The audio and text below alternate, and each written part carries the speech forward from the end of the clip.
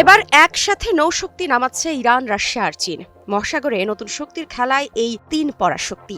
আর এই তিন দেশ এমন এক সময়ে এই নৌশক্তি একত্রে নামাচ্ছে যখন ইরানকে ঘিরে প্রতিনিয়ত হামলার হুমকি দিয়েই যাচ্ছে যুক্তরাষ্ট্র।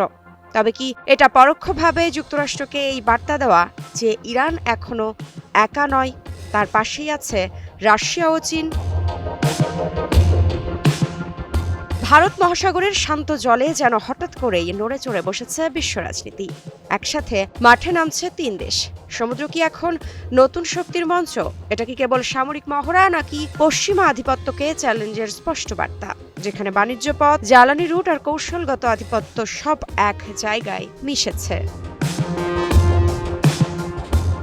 সংবাদ মাধ্যম তাসনিম নিউজের বরাতে জানা যায়, ফেব্রুয়ারির এই মহড়া শুধু অনুশীলন নয়, বৈশ্বিক শক্তির খেলাই নতুন চাল। চলতি মাসে উত্তর ভারত মহাসাগর অঞ্চলকে কেন্দ্র করে অনুষ্ঠিত হতে যাচ্ছে মেরিটাইম সিকিউরিটি বেল্ট নামের বহুপাক্ষিক নৌ মহড়ার অষ্টম পর্ব। এতে অংশ নেবে ইরানের নিয়মিত নৌবাহিনী, ইসলামী রেভলিউশনারি গার্ড কর্পস বা IRGC নৌ ইউনিট, পাশাপাশি চীন ও রাশিয়ার নৌবাহিনী।